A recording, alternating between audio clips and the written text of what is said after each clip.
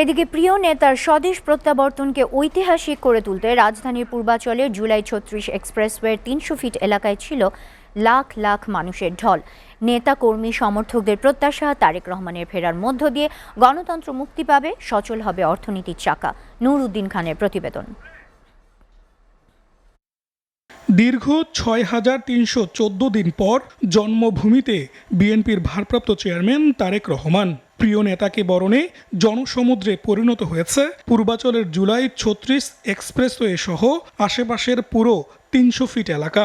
আগামী দিনে যেন তারুণ্যের অহংকার আগামী রাষ্ট্রনায়ক জনাব তারেক রহমান সাহেব অত্যন্ত সুন্দরতমভাবে দেশ পরিচালনা করেন।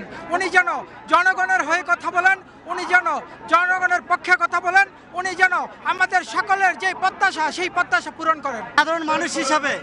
সাধারণ মানুষ হিসেবে আমাদের প্রত্যাশা আমাদের বাংলাদেশকে একটি সমৃদ্ধ, শান্তিময়, অর্থনৈতিকভাবে যেন তিনি গড়ে তুলতে পারেন।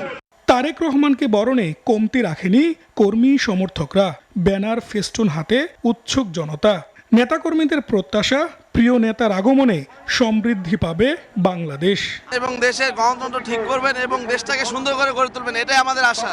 সুন্দর করে যাতে আমরা ভোট দিতে পারি, উনি যাতে সুন্দর করে বাংলাদেশটাকে সুন্দর করে সাজায়। তারেক রহমানের স্বদেশ প্রত্যাবর্তনে অবরুদ্ধ গণতন্ত্র মুক্ত হয়েছে বলেও মনে করেন দলের নেতাকর্মীরা। নূর উদ্দিন খান, এসএটিভি, ঢাকা।